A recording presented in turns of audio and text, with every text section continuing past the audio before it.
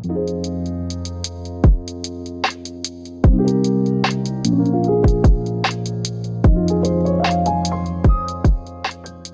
everybody, welcome back to The Pressing Matters. I'm Scott. Thank you for tuning in today. Thank you for your support. Today was supposed to be a 3-record overview of titles from the Living Stereo series from Analogue Productions.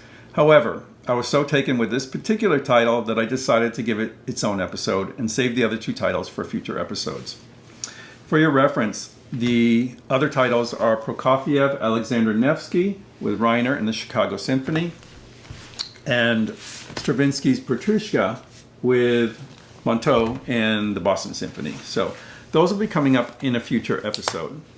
The criteria for these 3 titles that I chose were that they hadn't been reissued by classic records and that I had nice originals of. And I do have a wonderful original of this. I do want to talk about something briefly before I really get into the review. I co-host a Livestream with Anthony over at Audiophilia. It's called Everything Classical Livestream. If you haven't seen it, please check it out. It's wonderful. We have such a good time and great guests. And Anthony is such a knowledgeable and wonderful host. The discussion recently has been around the shrinking audience for classical music and how it's affecting the recording market and also the reissue market. Reissue series like this Analogue Productions RCA Living Stereo reissue series are not happening anymore. There is the Deutsche Grammophon series, which is moving along, but that's about it. There's no Decca reissues, there's no EMI reissues. If there are, they're very, very niche kind of labels that are just doing like expensive digital remasters. And the whole situation is a little concerning. This came to the fore because I went back on the website after I ordered these 3, and I was shocked to see that Petrushka was out of stock. I just ordered it. I must have gotten the last copy. I decided to filter down and look and see how many of the 62 Living Stereo titles that Chad Kassem did are awaiting repress, quote unquote. One of them has been awaiting repress for a couple of years. I've been waiting for Venice to come back into stock. But I was a little surprised to see there's now 9 titles that are not available. Let's just call it that. I don't have official word from Chad Kassem. We're not in communication, but I do wonder if some of these titles that were maybe not that popular will ever be repressed. The heavy hitters, of course, will continue to be repressed. The Royal Ballet Gala, Reiner's Scheherazade, Stokowski's Rhapsodies, Reiner's Pines of Rome, and so forth. Those are top of the list type titles. They are going to be repressed as long as there's demand. But the demand is very little for some of these titles. And I think, a beautiful title like this, being a piano record, and Rubinstein, may not be getting the attention it deserves, and once this goes, it's probably gone. And I want to bring this to your attention because this is a beautiful record. You don't want to miss this. Before I get started on all this, if you're new and haven't already, please consider subscribing. It is the best way to support the channel. It's much appreciated. Thank you so much for doing that. Also, I want to point out that there is a way to support the creators of YouTube, and it's called Super Thanks. It's a feature that YouTube built into the platform to provide an easy and safe way for fans of a channel to donate a few dollars to the creator to help support what they're doing. This is very welcome. Some people have been doing it, but it would be great to see more because it can unlock more time for me to do more and better content and really refine this channel. So please consider that. Just look below the video and you'll see the icon is a heart with the word thanks in it. So thanks for checking that out. Okay, let's get on to this. My original pressing is one of my most treasured albums. It is in beautiful condition. It is a 7S, 9S pressing on the Shaded Dog label. It is an interesting record for sure.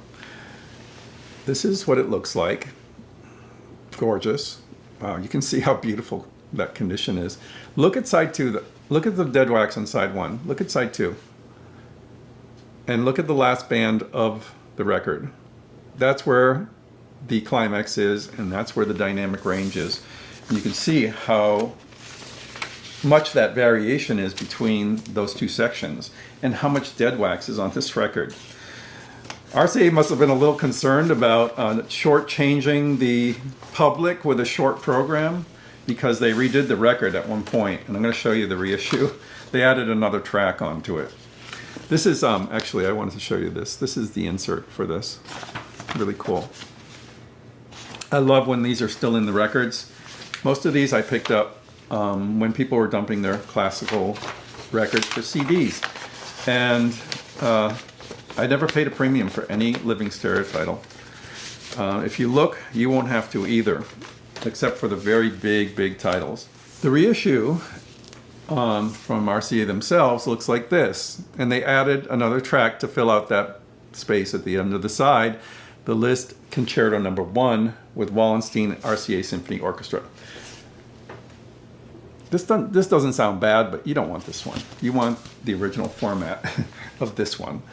And I'm not surprised at all that Chad Kasem went with the original format. He is an audiophile and record collector and knows exactly what this is all about. This is the one you want to have. When I played the original pressing, it just reminded me how much I love this album and this composition. This is my favorite concerto of all time. It is achingly beautiful, really well recorded here. The engineers are not listed on this particular album for some reason. I imagine it's more in Leighton, but I don't know why they didn't list the engineer in this. This is cute too. $5.98 from the Boston store in Erie, Pennsylvania. When you hear the original, you're like, oh my God, this is beautifully balanced, wonderful sound, great string tone, wonderful sense of space, a great spread over the front of Orchestra Hall, pretty good depth, a nice balance between the soloist and the orchestra, and you really can't imagine how it could be done any better. And it really doesn't need to be done any better. It needs to, if a reissue happens, it needs to capture the original essence of this first pressing. And fortunately, the new reissue does. The new reissue, you're going to see, looks a little brighter and cleaner. This is a little cream color, and this is white. But otherwise, this looks amazing. I was very happy to see that it was a gloss cover, which I've complained about some of the matte covers coming out, but this is in the original gloss covers that they promised, and it looks wonderful. Really beautiful. The dead wax looks similar. I'm not going to show you it here. It's on the turntable actually at the moment. The dead wax looks similar to the layout on this one. So the third movement is on side 2. I did notice increases in clarity, in cleanliness of the climaxes, of the piano strikes, more quiet surfaces, less tape hiss. Overall, the record has subtle but important improvements that retain the character of the Living Stereo sound, but just give it a little bit of a nudge and make it into a showcase. This record will move you like no other. It's so good. Oh my God. Rubinstein is a master at this type of thing. Just beautiful playing. Elegant sound. I can listen to any Rubinstein recording and just be blown away. Just blown away. I have to, one I definitely have to review is his Chopin recordings because they are so good. But this is a wonderful record. Don't miss this. Really don't miss this. I reviewed a lot of these titles. I have individual reviews for a lot of them and an omnibus review for 5 titles in one video. I have a lot of information on this series in my channel, and probably more than any other channel.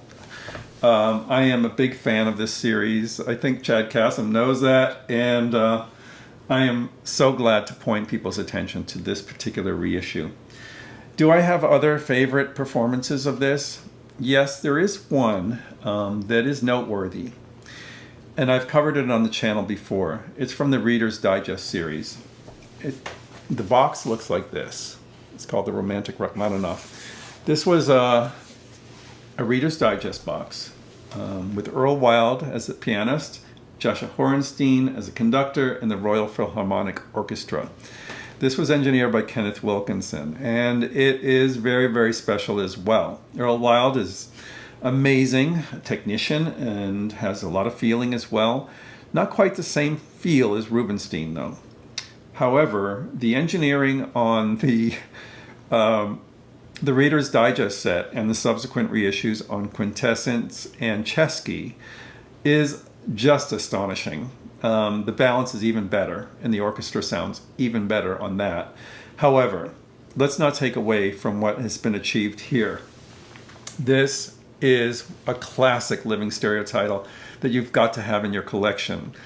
Please don't miss out on it. I'm just afraid that I'm going to review this and all of a sudden it's going to drop out of print as well.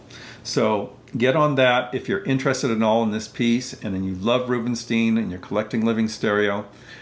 This is a record to die for. It really is. I probably will put it in that category as well. So thank you so much for watching. Until next time, I'm Scott for the Pressing Matters. Have a great day.